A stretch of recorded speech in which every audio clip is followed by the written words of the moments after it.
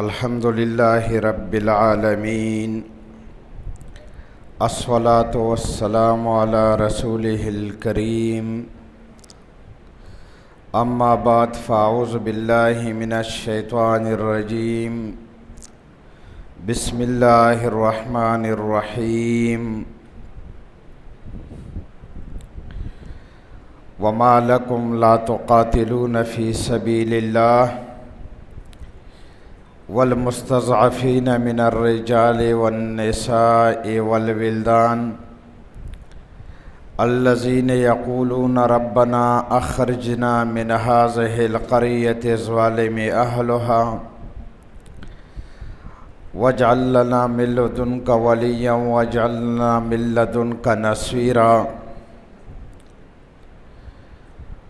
وقال رسول الله صلى الله عليه وسلم من مات ولم يغزو ولم يحدث به نفسه مات على شعبة من النفاق وقال عليه السلام من جهز غازيا فقد غزا صدق الله العظيم وصدق رسوله النبي الكريم۔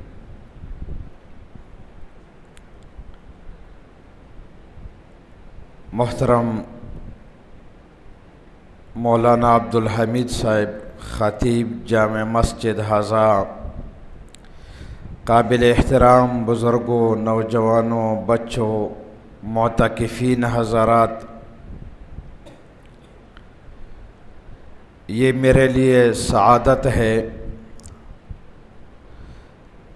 کہ آج اللہ تعالیٰ نے آپ کے پاس آنے کی یہ سعادت بخشی اور آپ سے ملاقات کرنے کی سعادت بخشی۔ رمضان المبارک اللہ تعالیٰ کی رحمت و برکتوں کا مہینہ ہے، اور اس مہینے میں اللہ تعالیٰ اپنی رحمتیں برکتیں اہل ایمان پر بارش کی طرح برساتا ہے۔ یہ وہ مبارک مہینہ ہے جس میں اللہ تعالیٰ اپنے بندوں کی مغفرت کے لیے کوئی بہانہ چاہتے ہیں کہ میرے بندے معمولی عمل کرے اور میں ان سے راضی ہو جاؤں۔ یہ وہ مبارک مہینہ ہے جس میں اللہ تعالیٰ نفل عبادت کا ثواب فرض کے برابر اور فرض عبادت کا ثواب 70 گنا زیادہ بلکہ اس سے بھی زیادہ عطا فرما دیتا ہے۔ یہ وہ مبارک مہینہ ہے جس کی پورے مہینے کی عبادت ایک طرف، اس کی رحمتیں برکتیں وہ ایک طرف۔ اللہ تعالیٰ نے خود فرمایا کہ انا انزلناہ فی لیلۃ القدر وما ادراک ما لیلۃ القدر، کہ ہم نے قرآن عظیم الشان کو شب قدر میں نازل فرمایا، اور آپ کو کیا معلوم شب قدر کیا ہے؟ تو اللہ نے خود اس کی وضاحت کی، لیلۃ القدر خیر من الف شہر، یہ وہ عظیم رات ہے جس رات ایک رات کی عبادت ہزارہ مہینوں کی عبادت سے افضل اور اولا ہے۔ اللہ تعالی ہمیں نصیب فرمائے۔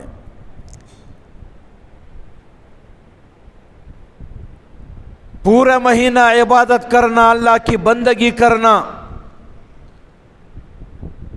وہ تو رمضان میں نبی علیہ السلام کا یہ وعدہ ہے کہ من صام رمضان ایمانا و احتسابا، کہ جس نے ایمان اور احتساب کے ساتھ اپنے آپ کو گناہوں سے بچاتے ہوئے رمضان کے روزے رکھ لیے، حرام سے اپنے آپ کو بچاتے ہوئے ناجائز سے اپنے آپ کو بچاتے ہوئے، سود سے اپنے آپ کو بچاتے ہوئے رمضان کے روزے رکھ لیے تو اللہ تعالیٰ اس کی تمام گزشتہ گناہوں کو معاف فرما دیتا ہے۔ اور یہ وہ مبارک مہینہ ہے کہ من قام رمضان، جس نے رمضان میں راتوں کو قیام کیا، قیام اللیل کی، تراویح پڑھ لیے، شب بیداری کی، شب قدر کو ڈھونڈتا رہا، اعتکاف کرتا رہا، صرف اللہ کی رضا کے لیے شب قدر کی تلاش میں، اللہ کی رحمت اور برکت کی تلاش میں رہا، تو یہ اللہ کا وعدہ ہے، نبی علیہ السلام کا وعدہ ہے کہ اللہ تعالیٰ اس کی تمام گزشتہ گناہوں کو معاف فرما دیتا ہے۔ اور پھر فرمایا کہ رمضان کی تو یہ خاصیت ہے، وَمَنْ قَامَ لَيْلَةُ الْقَدْرِ، جو لیلۃ القدر میں راتوں کو قیام کیا، تراویح پڑھ لی، نوافل پڑھ لیے، شب قدر کی تلاش میں رہا، تو اللہ تعالیٰ اس کی تمام گزشتہ گناہوں کو معاف فرما دیتا ہے۔ معمولی عمل اللہ چاہتا ہے۔ اللہ تعالیٰ نے رحمت کے دروازے کھول دیے ہیں، جنت کے دروازے کھول دیے ہیں، جہنم کے دروازوں کو ڈھانپ دیا ہے، سرکش شیاطین کو باندھ رکھا ہے، اور اپنی رحمت برکت اہل ایمان پر، مسلمانوں پر وہ بارشتی کی طرح برسا رہا ہے۔ اور معمولی عمل پر فرمایا نفل عبادت ادا کرو گے تو ثواب فرض کے برابر ملے گا، اور فرض عبادت ادا کرو ثواب 70 گنا زیادہ، اس سے بھی زیادہ ملے گا۔ قرآن مجید کو سنو، تلاوت کرو، عام دنوں میں 1 حرف پر 30 نیکیاں ملے گی، رمضان میں اس کو کئی گنا 700 گنا زیادہ ملے گی۔ یہ اس مہینے کی خاصیت ہے۔ اللہ تعالیٰ نے اہل ایمان کے لیے یہ گناہوں کو بخشوانے کے لیے، جنت میں داخل ہونے کے لیے یہ ایک پیکج رکھا ہے۔ اہل ایمان کو معاف کرنے کے لیے اللہ تعالیٰ نے یہ ایک پیکج رکھا ہے۔ اس لیے اس حدیث میں اس کی عظمت کی طرف اشارہ ہے۔ نبی علیہ السلام نے فرمایا کہ جبرائیل علیہ السلام آئے اور اس نے فرمایا کہ تباہ و برباد ہو وہ شخص جس کی زندگی میں رمضان آ جائیں، گزر جائیں اور پھر بھی اس کی مغفرت نہ ہو۔ بہت بڑا بدبخت انسان ہوگا جس کے گناہ اس رمضان میں معاف نہ ہو۔ اس کے لیے بد دعا کی ہے جبرائیل علیہ السلام نے، اور نبی علیہ السلام نے اس پر آمین کہا ہے۔ اللہ تعالی ہمیں ان سے بچائے۔ میرے بھائیو، صرف صحیح طریقے سے روزے رکھیں گے،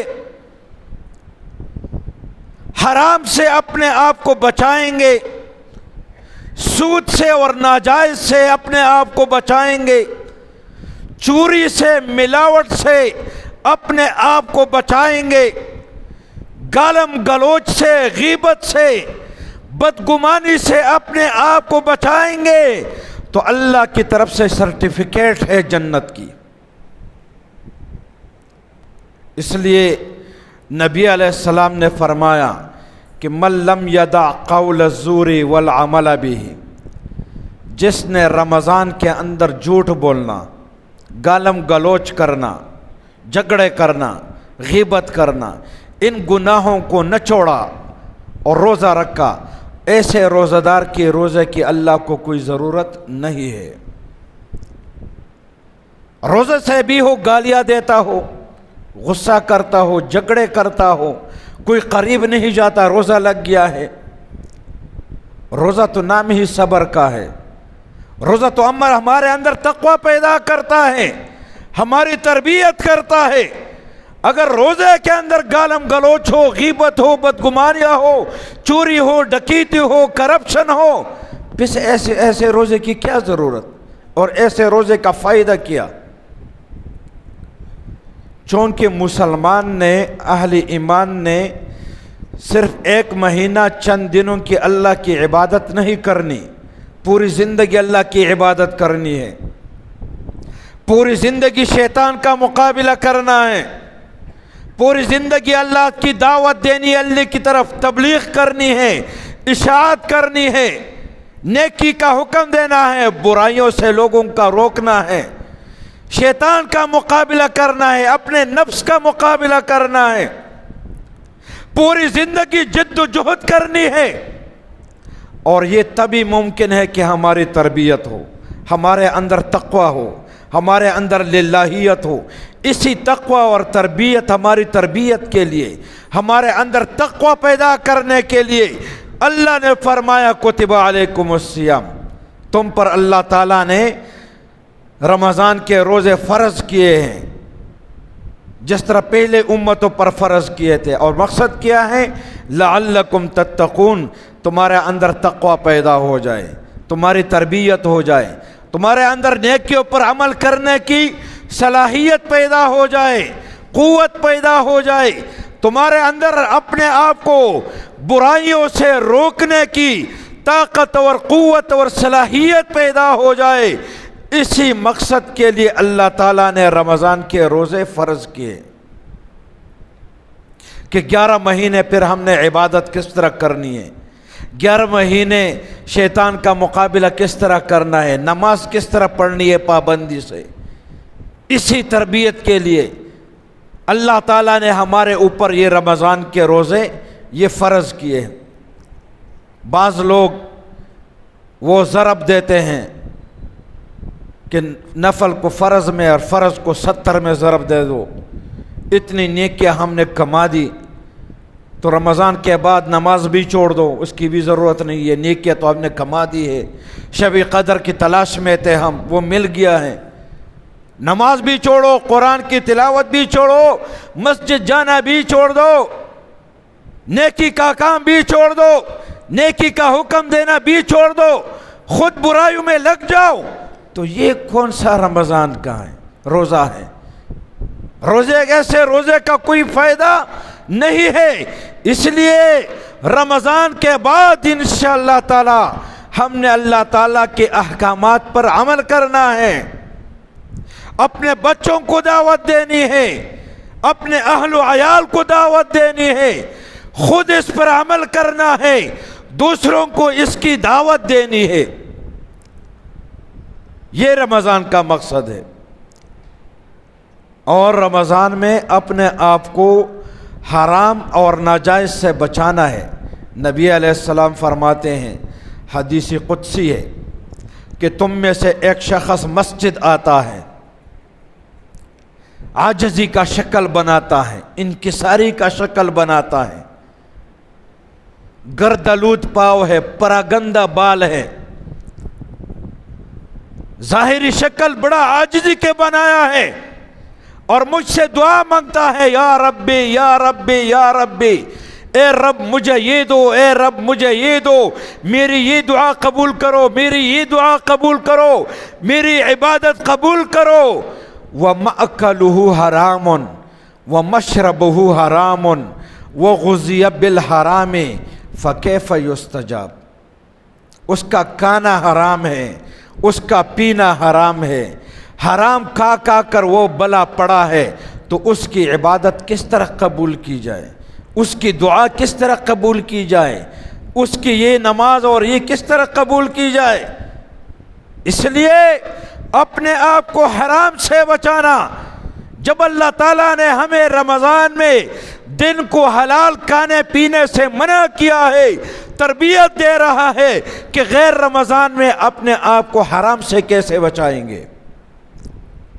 یہی مقصد ہے رمضان کا۔ اس لیے میرے بھائیوں، اگر ہم رمضان میں ان چیزوں کا خیال رکھیں گے تو انشاءاللہ باب الریان سے جنت میں داخل ہوں گے۔ پھر اللہ تعالیٰ نے ہمارے لیے، روزہ داروں کے لیے، جنت میں داخلے کا دروازہ بنایا ہے جس کا نام باب الریان ہے۔ انشاءاللہ اسی میں داخلے ہوں گے، پاک و صاف ہو کر جائیں گے، اللہ کو راضی کریں گے، عبادت کریں گے، بندگی کریں گے، نیک کام کریں گے، دعوت کا کام کریں گے، نیکی کا کام کریں گے، شیطان کا مقابلہ کریں گے۔ انشاءاللہ اسلامی شریعت کے لیے، اقامت دین کے لیے، غلبہ دین کے لیے، نفاذ دین کے لیے، تبلیغ دین کے لیے، اشاعت دین کے لیے اپنی زندگی جان مال خرچ کریں گے تو باب الریان سے جنت میں انشاءاللہ داخل ہوں گے۔ اس لیے عبادت ہو تو یقین کے ساتھ ہو، متذبذب نہ ہو، اس یقین کے ساتھ ہو انشاءاللہ اللہ تعالی ہماری گناہوں کو معاف فرما دے گا، اللہ تعالی ہمیں شب قدر نصیب فرمائے گا، اللہ تعالی ہمیں انشاءاللہ جنت میں داخل فرمائے گا۔ اسی یقین کے ساتھ ہم روزے رکھیں، اسی یقین کے ساتھ ہم قیام اللیل کریں، اسی یقین کے ساتھ ہم تراویح پڑھ لیں، نوافل پڑھیں، قرآن مجید کی تلاوت کریں، سنیں اور سنائیں تو انشاءاللہ اللہ تعالی ہمیں ضرور جنت میں داخل فرمائے گا۔ میرے بھائیوں، نبی علیہ السلام نے فرمایا کہ وہی شہر مواسات، یہ ایک دوسرے کے دکھ درد میں شریک ہونے کا مہینہ ہے، یہ ایک دوسرے کے غم میں، درد میں، دکھ میں شریک ہونے کا مہینہ ہے۔ اس لیے کہ انما المؤمنون کالجسد الواحد، کہ دنیا بھر کے مسلمان ایک جسم کی مانند ہیں۔ ان اشتکا بعضہ اشتکا کلہ، اگر جسم میں ایک جگہ تکلیف ہو تو پورا جسم تکلیف میں مبتلا ہوتا ہے، بے سکونی میں، بے آرامی میں مبتلا ہوتا ہے۔ یہی مثال اہل ایمان کی ہے۔ اگر کسی ایک جگہ مسلمانوں پر ظلم ہو رہا ہو، ان کا قتل عام جاری ہو، عصمتیں لوٹی جا رہی ہو، بچوں کو قتل کیا جا رہا ہو، بوڑھوں کو قتل کیا جا رہا ہو، تراویح پر پابندی ہو، نماز جمعہ پر پابندی ہو، اہل ایمان کو ایک جگہ جمع ہونے پر پابندی ہو، تراویح کے نماز میں فائرنگ ہو، سحری اور افطاری ان کی سڑکوں پر ہو، اور وہ دنیا بھر کے مظلوم مسلمانوں کو اپنی مدد کے لیے پکارے، تو نبی علیہ السلام نے فرمایا کہ یہ اس مہینے کا تقاضا ہے کہ ان کی آواز پر لبیک کہو، ان کے لیے مدد کرو، تعاون کرو، ان کی سپورٹ کرو، حمایت کرو، ان کی پشت پر کھڑے ہو جاؤ، ان کی آواز پر لبیک کہو۔ یہ اس مہینے کا تقاضا ہے۔ میرے بھائیو، یہ رحمت کا، مغفرت کا، جہنم سے نجات کا مہینہ، اور یہ جہاد کا مہینہ ہے۔ اسی مہینے میں غزوہ بدر ہوا، اسی مہینے میں فتح مکہ ہوا، اسی مہینے میں ہم تک اسلام کا دعوت پہنچانے والے محمد بن قاسم یہاں سے اسلام کے جھنڈے گاڑتا ہوا ملتان تک پہنچا، ملتان کے قلعے پر اسلام کا پرچم لہرایا۔ یہ جہاد اور رمضان یہ آپس میں لازم ملزوم ہے۔ یہ رمضان ہمیں تیار کر رہا ہے جہاد کے لیے، قتال کے لیے، اللہ کے راستے میں قربانی دینے کے لیے۔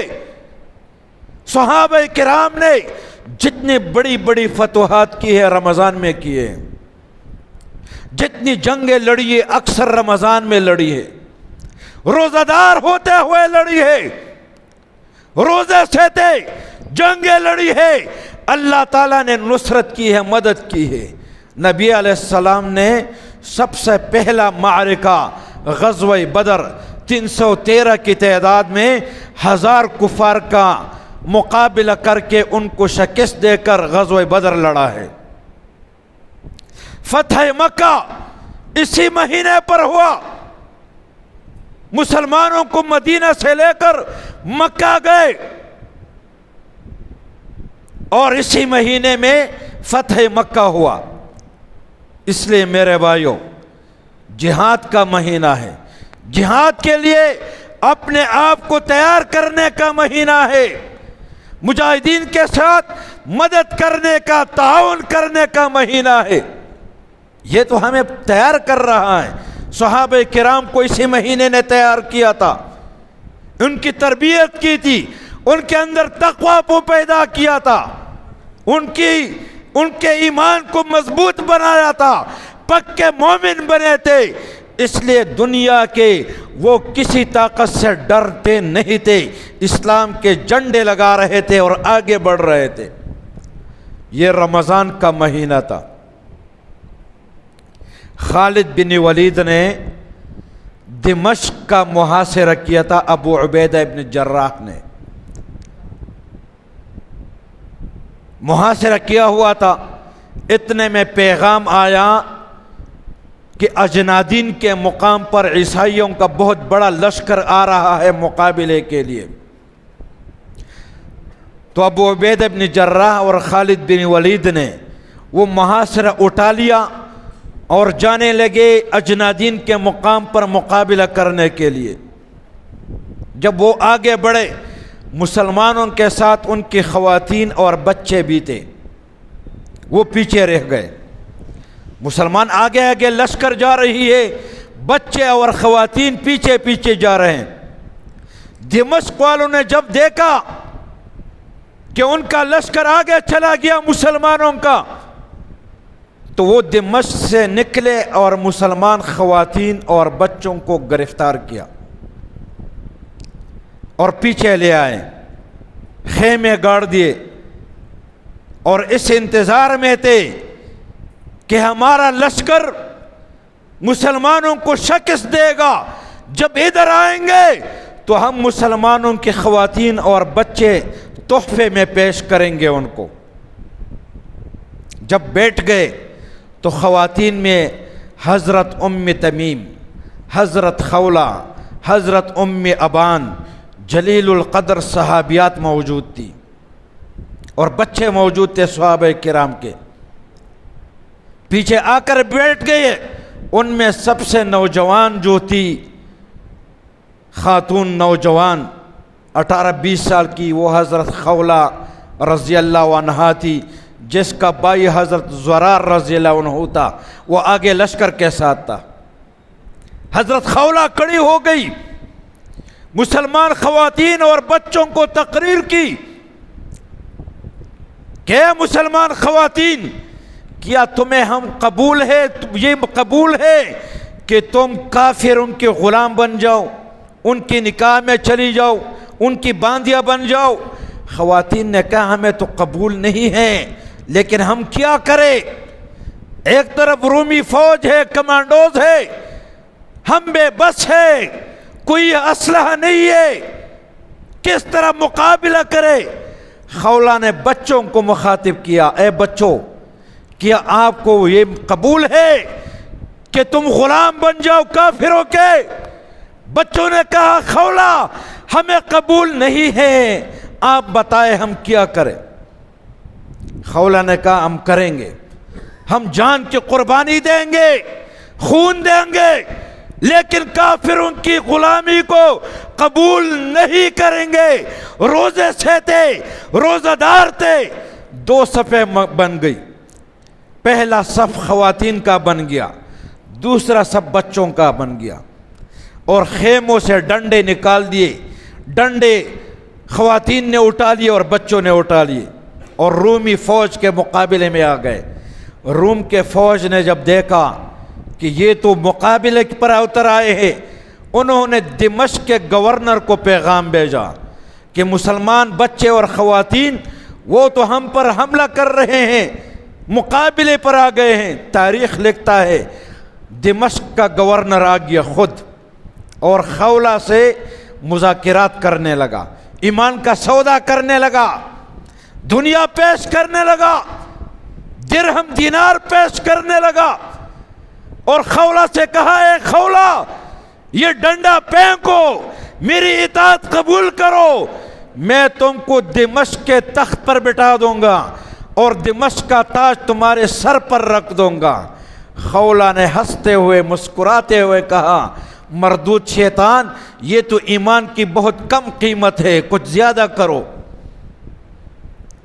گورنر نے کہا، میں تم کو قیصری روم کے پاس بھیج دوں گا، وہ تمہیں روم کے تخت پر بٹھا دے گا، روم کا تاج تمہارے سر پر رکھے گا، شرط یہ ہے تم اطاعت قبول کر لو، یہ ڈنڈے پھینک دو، ہماری غلام بن جاؤ، ہماری بات مان لو۔ خولہ نے پھر کہا، شیطان یہ تو بہت کم قیمت ہے، کچھ اور بڑھاؤ۔ تو اس نے ہار مان کر کہا، پھر آپ کیا چاہتی ہے؟ آپ جو چاہے ہم دے دیں گے۔ خولہ نے کہا، ہم کیا چاہتے ہیں؟ تاریخ لکھتا ہے کہ خولہ نے نعرہ بلند کیا، اللہ اکبر، اور ایک ڈنڈا اس کے سر پر مارا، گر گیا۔ تاریخ لگتا ہے کہ 3 ڈنڈے کھا کر دمشق کا گورنر مردار ہو گیا خولہ کے ہاتھوں۔ یہ کردار تھا صحابہ کرام کا، روزے سے تھے، اپنے آپ کی تربیت کی تھی، خواتین کا یہ کردار تھا۔ اور جب خالد بن ولید کو یہ پیغام ملا کہ پیچھے یہ ہو رہا ہے، خواتین اور بچوں کو گرفتار کیا ہے، وہ لڑ رہے ہیں، خالد بن ولید وہاں سے بجلی کی تیزی سے وہ آ گئے، پلٹ کر میدان کو دیکھ کر رونے لگے کہ بچے اور خواتین ڈنڈے لے کر رومی فوج کے مقابلے میں ہے۔ اس نے حملہ کیا، رومی فوج کو مردار کیا اور مسلمان خواتین اور بچوں کو آزاد کیا۔ یہ تھا ایمان، یہ تھا روزہ، یہ تھا پکا ایمان، یہ تھے سچے مومن، یہ تھے سچے عاشق۔ دنیا ان کے سامنے کچھ نہ بگاڑ سکی۔ اس لیے تو وہ اقبال نے کہا، دشت و دشت ہے دریا بھی نہیں چھوڑے ہم نے، بحر ظلمات میں دوڑا دیے گھوڑے ہم نے۔ روزے نے ان کو فائدہ پہنچایا تھا۔ یہی جنگ اجنادین کا موقع تھا۔ ایک طرف سے پیغام آیا کہ 60,000 کا لشکر آ رہا ہے، اس کے مقابلے کے لیے کون جائے گا؟ 60,000۔ خالد بن ولید کھڑے ہو گئے اور کہا کہ اے ابو عبیدہ بن جراح، مجھے 60 مجاہدین دے دے، میں 60,000 کا مقابلہ کروں گا۔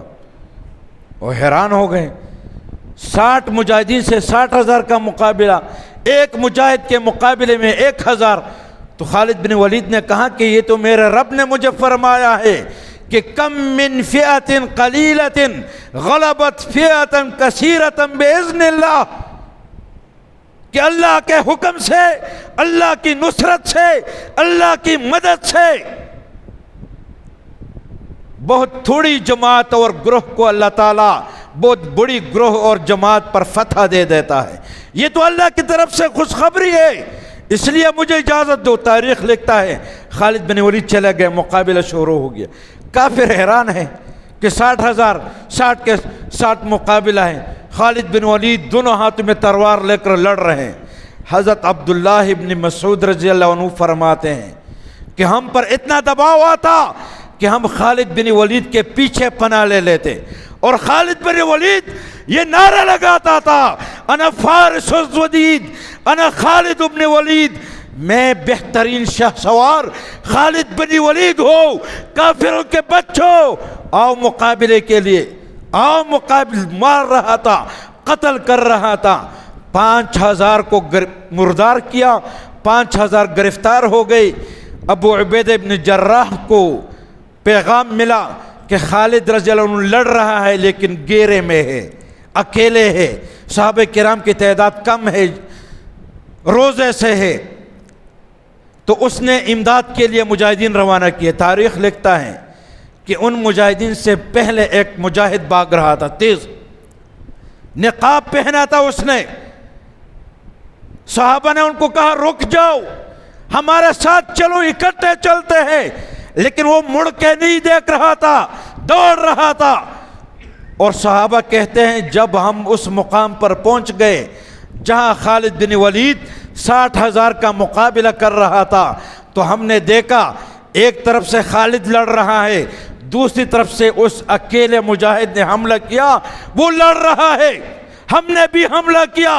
لڑتے لڑتے کافروں کو مردار کرتے کرتے ہم جب آپس میں مل گئے تو خالد رضی اللہ عنہ نے اس مجاہد کو دونوں بازو سے پکڑا، اٹھایا اور کہا آج آپ نے مسلمانوں کے دلوں کو ٹھنڈا کیا ہے، آج آپ نے کافروں کا ایسا قتل عام کیا ہے، میں آپ کا ماتھا چومنا چاہتا ہوں، نقاب ہٹائے میں آپ کا ماتھا چوم لوں۔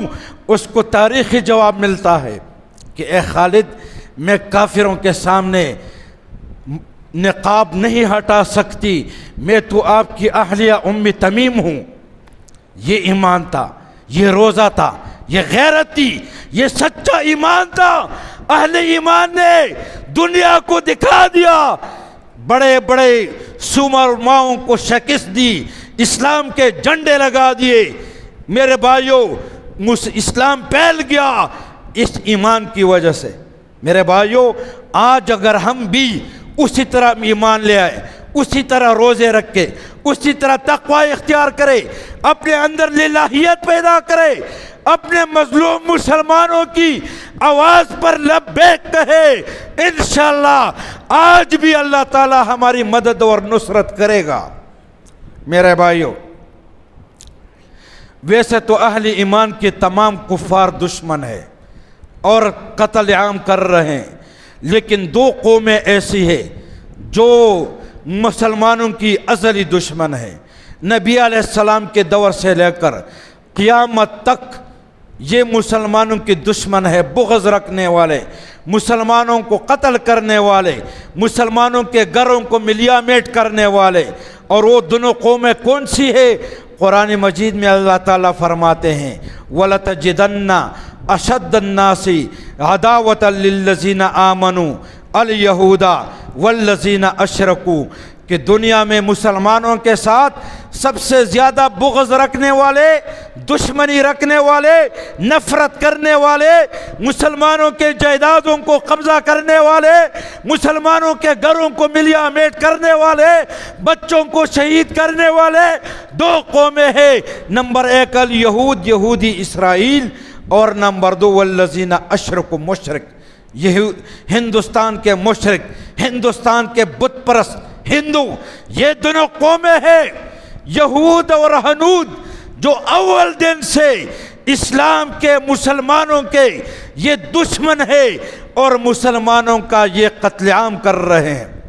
میرے بھائیوں، چند دن پہلے آپ لوگوں نے دیکھا کہ یہودی اسرائیل نے مسجد اقصیٰ کے اندر گھس کر تراویح کے نماز میں مسلمانوں پر فائرنگ کر کے درجنوں کو شہید کیا، سینکڑوں کو زخمی کیا۔ وہاں تراویح پر پابندی، نماز جمعہ پر پابندی، قبلہ اول پر ان کا قبضہ اور تسلط۔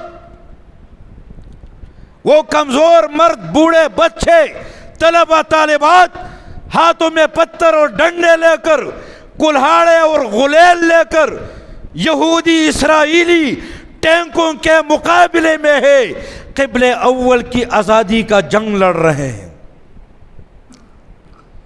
قبلہ اول بیت المقدس کی آزادی کا جنگ لڑ رہے ہیں۔ فلسطین میں غزہ پر بمباری، فلسطین پر بمباری، سینکڑوں شہادتیں، ہزاروں زخمی، سحری اور افطاری سڑکوں پر اپنی لاشیں اٹھا رہے ہیں، زخمی اٹھا رہے ہیں، بچوں کو اٹھا رہے ہیں، اسکولوں پر فائرنگ، ہسپتالوں پر فائرنگ، روزہ داروں پر فائرنگ۔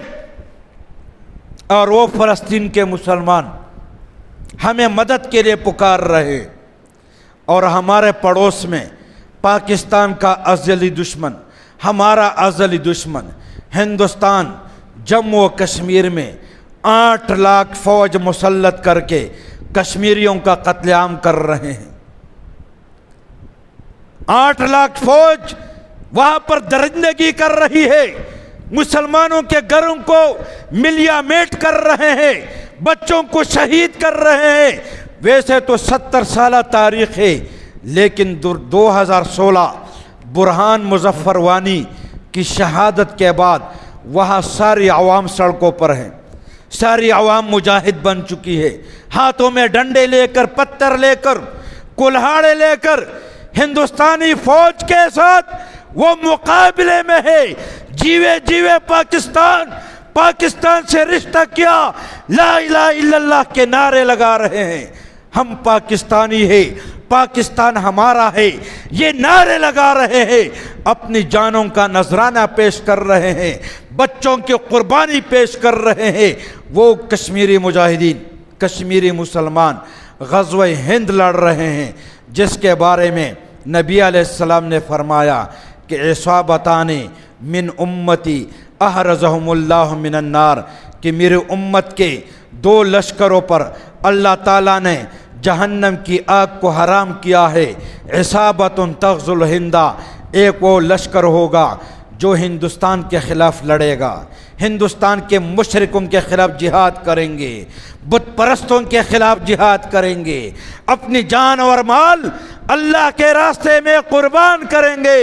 اور دوسرا وہ لشکر ہوگا تکون مع عیسی ابن مریم، جو عیسیٰ ابن مریم کا ساتھ دے کر یہودیوں کے خلاف لڑیں گے انشاءاللہ۔ ان دونوں لشکروں پر اللہ تعالیٰ نے جہنم کی آگ کو حرام کیا ہے۔ کشمیری مسلمان، کشمیری مجاہدین غزوہ ہند لڑ رہے ہیں۔ میرے بھائیوں، سحری اور افطاری ان کی سڑکوں پر ہے، وہ اپنی لاشیں اٹھا رہے ہیں، زخمی اٹھا رہے ہیں، درجنوں گھر روزانہ تباہ ہو رہے ہیں، جائیدادیں خاکستر ہو رہی ہیں، فروٹ انڈسٹری تباہ ہے، مسلسل کرفیو ہے۔ 2016 کے بعد 19,000 مسلمان یہ گرفتار ہو چکے ہیں، 18,000 کے لگ بھگ مسلمان یہ زخمی ہے، 5,000 کے لگ بھگ بچے، طلبہ اور طالبات یہ پیلٹ گن کے استعمال کی وجہ سے نابینا بن چکے ہیں، ہزاروں کی تعداد میں شہید ہو چکے ہیں۔ اور وہ کشمیری مسلمان ہمیں مدد کے لیے پکار رہے ہیں، وہ کشمیری مجاہدین جو دن رات قربانی کی داستانیں رقم کر رہے ہیں، ہندوستانی فوج پر تابڑ توڑ حملے کر رہے ہیں، ہندوستانی فوج کا قتل عام کر رہے ہیں۔ ہندوستان جو پاکستان کے پانیوں کو روک کر پاکستان کو بنجر بنانا چاہتا ہے، جو مودی پاکستان کے دریاؤں کو، پاکستان کے پانیوں کو، جو کشمیر سے پاکستان آ رہا ہے اس کو روک کر پاکستان کو بنجر بنانا چاہتے ہیں۔ میرے بھائیوں، 1992-93 میں انڈیا نے پاکستان کے پانیوں پر وولر بیراج بنا دیا تھا، اس کا افتتاح ہونے والا تھا۔ حزب المجاہدین کے جوانوں نے وہ وولر بیراج اڑا دیا، تباہ کیا، پھر انڈیا کو کوئی بیراج بننے کی طاقت ہی نہیں ہوئی، ان کو موقع ہی نہیں ملا۔ انڈیا آج پاکستان کے پانیوں کو روک رہا ہے۔ کشمیری مجاہدین، کشمیری مسلمان پاکستان کی بقا، پاکستان کی تکمیل، پاکستان کی استحکام کا جنگ لڑ رہے ہیں، کشمیر کی آزادی کا جنگ لڑ رہے ہیں۔ ہندوستان کے اندر پسے ہوئے مظلوم 23 کروڑ مسلمانوں کی آزادی کا جنگ لڑ رہے ہیں اور ہمیں مدد کے لیے پکار رہے ہیں۔ میرے بھائیوں، یہ رمضان کا تقاضا ہے، یہ ایمان کا تقاضا ہے، یہ روزے کا تقاضا ہے کہ ان کی آواز پر لبیک کہا جائے، لبیک کہا جائے، ان کی نصرت اور مدد کی جائے، ان کی مالی تعاون کی جائے، ان کی مالی تعاون کی جائے، ان کی سپورٹ کی جائے، ان کی حمایت کی جائے، ان کے حق میں جلسے جلوس نکالی جائے، ان کے لیے اپنی حکومت پر دباؤ ڈالا جائے کہ ان کی آزادی کے لیے پیش قدمی کرو، کشمیر کی آزادی کے لیے اقدامات کرو، کشمیر کی آزادی کے لیے اپنی فوج کو روانہ کرو، کشمیر کے مدد کے لیے، نصرت کے لیے اپنی فوج کو بھیجو۔ اسی مقصد کے لیے اپنے حکومت پر دباؤ بڑھانا، اس کے لیے جلس جلوس کرنا، یہ اس رمضان کا تقاضا ہے کہ ہم ان کے ساتھ مدد کریں، تعاون کریں، ان کی آواز پر لبیک کہے جو قربانیاں دے رہے ہیں، جو لڑ رہے ہیں۔ میرے بھائیو، اسی رمضان کے مہینے میں کپواڑہ میں ایک کیمپ تھا انڈیا کا، اس کو بولتے چک نت نوسا کیمپ، جو بڑا ظلم کرتا تھا۔ بریگیڈیئر وہاں پر بیٹھتا تھا، اس پر مجاہدین نے بڑے حملے کیے لیکن پوری طرح تباہ نہیں ہوا۔ ایک دن اس کیمپ میں آگ لگ گئی، دھماکے شروع ہو گئے، اور بارود کے دھماکے اور ان کے اسلحے کو آگ لگ گئی، دھماکے شروع ہو گئے۔ ہندوستانی رپورٹ کے مطابق 130 فوجی مردار ہو گئے اور پورا کیمپ جل کر راکھ بن گیا۔ مجاہدین حیران تھے کہ یہ کیا ہو گیا، کس نے حملہ کیا؟ جب پتہ چلا حزب المجاہدین کے 15 سالہ چھوٹا بچہ صدیق شاہین شہید، یہ اس کا کارنامہ ہے۔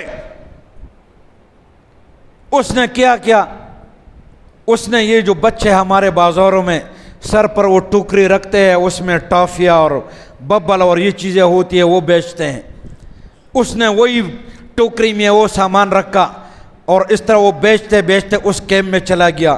فوجیوں نے کہا کہ یہ بچہ ہے، سامان بیچتا ہے، اندر جانے دیا۔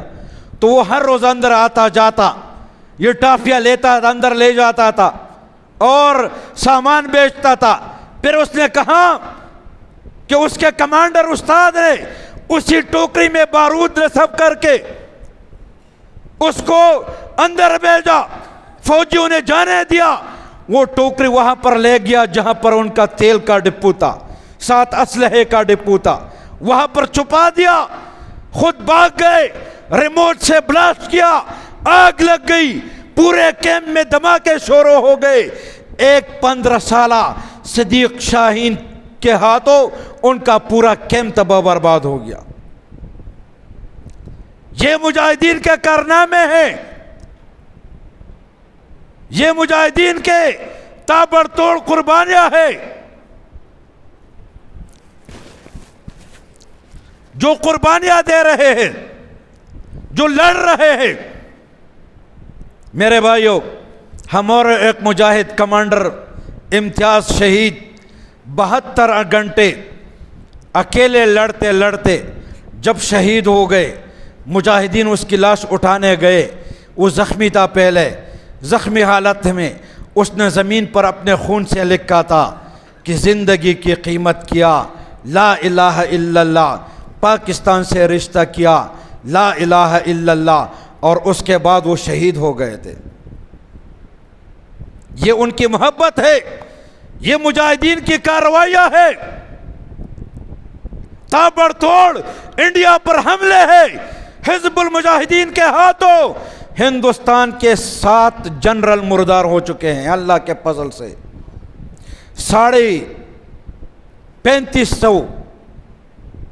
3500 بریگیڈیئر مردار ہو چکے ہیں، 550 کرنل رینک کے آفیسر مردار ہو چکے ہیں، 80,000 سے زائد فوج مردار ہو چکی ہے۔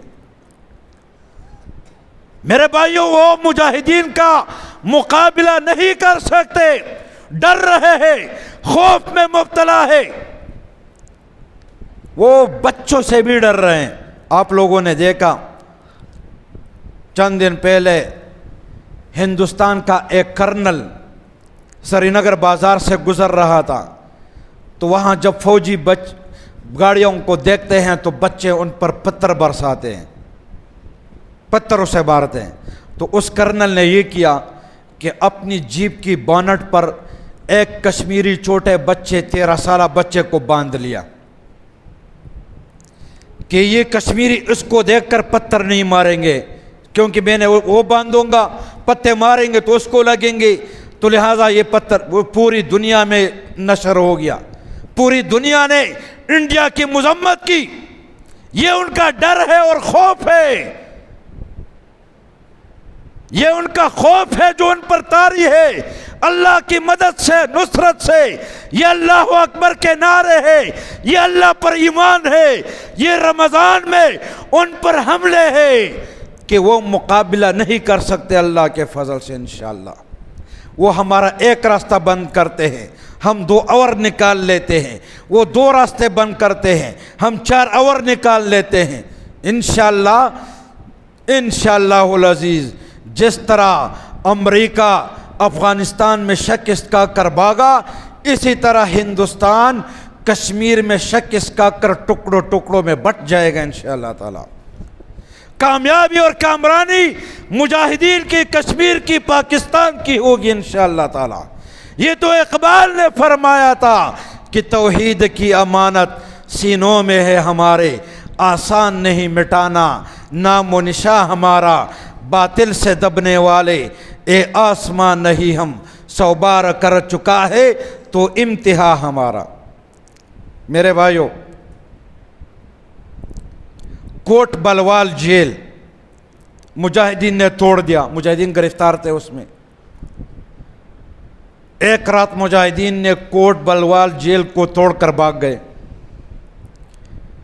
پوری دنیا میں ہندوستان کی بے عزتی ہو گئی کہ لاکھوں فوج کی موجودگی میں مجاہدین نے کوٹ بلوال جیل توڑ کر بھاگ گئے، ہندوستان کی بے عزتی ہو گئی۔ ہندوستان نے اپنے فوج کمانڈوز کو اس کمرے میں بند کیا اور کہا کہ ابھی آپ کر کے دکھاؤ کہ مجاہدین نے یہ جیل کس طرح توڑا ہے، آپ توڑ کر بتاؤ۔ ان کو کیا سمجھ؟ میرے بھائیوں، یہ ان پر ایک خوف طاری ہے۔ اس کی انکوائری ہو گئی، یہ بھی سنیں، اس کی انکوائری ہو گئی۔ جیل سپرڈنٹ نے انکوائری تفتیشی رپورٹ میں بیان دی، وہ آج بھی اس میں لکھا ہوا ہے۔ اس نے لکھا کہ میں نے جیل کی پوری طرح حفاظت کی تھی، ٹینکوں کا پہرا لگایا تھا، فوجیوں کا پہرا تھا، اندر سارا پہرا تھا، بجلی کا کرنٹ میں نے چھوڑا تھا، ساری تدابیر کے باوجود یہ اس نے لکھا تھا کہ یہ مجاہدین کرسی پڑھتے ہیں، کرسی۔ اس کو تو ہندو تا سمجھ نہیں آ رہی تھی، آیت الکرسی کو وہ کرسی پڑھ رہا تھا کہ یہ مجاہدین کرسی پڑھ کر غائب ہو جاتے پھر ہمیں نظر نہیں آتے۔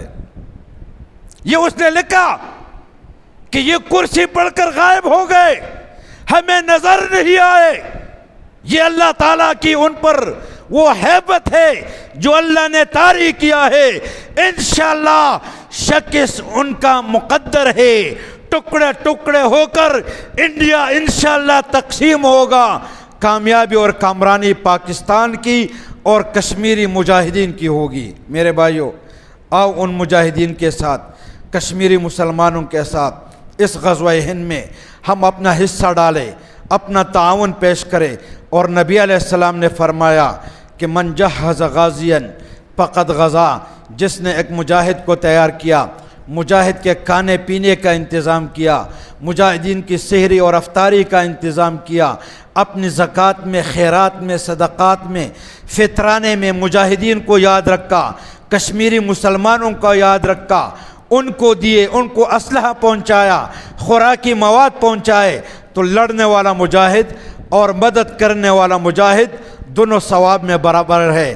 نبی علیہ السلام نے فرمایا ایک تیر، ایک گولی کی وجہ سے 3 بندے جنت میں جائیں گے، ایک مجاہد کے لیے بنانے والا، دوسرا مجاہد تک پہنچانے والا، تیسرا مجاہد چلانے والا۔ میرے بھائیو، چلانے والے بہت ہیں، لڑنے والے بہت ہیں، کشمیری کڑے ہیں، مجاہدین ہر محاذ پر اللہ کے فضل سے موجود ہے۔ ہم ان تک پہنچانے والے بن جائیں، ہم ان کی مالی مدد کریں، ہم ان کی میگزین میں کچھ گولیاں ڈال دیں، ہم ان کے لیے گن فراہم کر دے، اسلحہ فراہم کر لے، ہم ان کی سحری اور افطاری کا انتظام کر لے، ان کا مالی سپورٹ کرے۔ نبی علیہ السلام نے چندہ مانگا ہے، اپیل کی ہے، صرف جہاد کے لیے کیا ہے، مسجد نبوی میں کیا ہے کہ اپنا مال لے آؤ، جہاد میں پیش کرو۔ حضرت ابوبکر صدیق رضی اللہ عنہ گھر کا سارا سامان لے آتے ہیں، حضرت عمر فاروق رضی اللہ عنہ گھر کا آدھا سامان لے آتے ہیں۔ ایک مجاہد صحابی پوری رات یہودی کے باغ میں مزدوری کر کے 1 کلو کھجور کما کر وہ لاتا ہے، اور نبی علیہ السلام حکم دیتے ہیں کہ اس کھجور کو کھجور کی پوری ڈیر پر ڈال دو کہ وہ برکتی ہو جائے۔ میرے بھائیوں، نبی علیہ السلام کی اس سنت پر عمل کرو، صحابہ کرام کی اس سنت پر عمل کرو، اور اپنی زکوٰۃ، خیرات، صدقات، فطرانے وہ مجاہدین کو پیش کرے۔ اس رمضان میں آپ تک آنا، آپ کو پیغام پہنچانا اور آپ سے مدد مانگنا، یہی مقصد ہے کہ آپ بھی اس غزوہ ہند میں شریک ہو جائے، مالی حیثیت طریقے سے شریک ہو جائے، اپنا مال پیش کیجئے، مجاہدین کو اپنی دعاؤں میں یاد رکھے، اپنی سحری افطاری میں مجاہدین کو دعاؤں میں یاد رکھے، ماں اور بہنوں کو اپنی دعاؤں میں یاد رکھے، جیلوں میں اسیر مجاہدین ان کے لیے دعا کرے۔ اللہ تعالی ہمیں عمل کرنے کی توفیق عطا فرمائے۔ وما علینا الا البلاغ۔ اللہم انت السلام و منک السلام، تبارک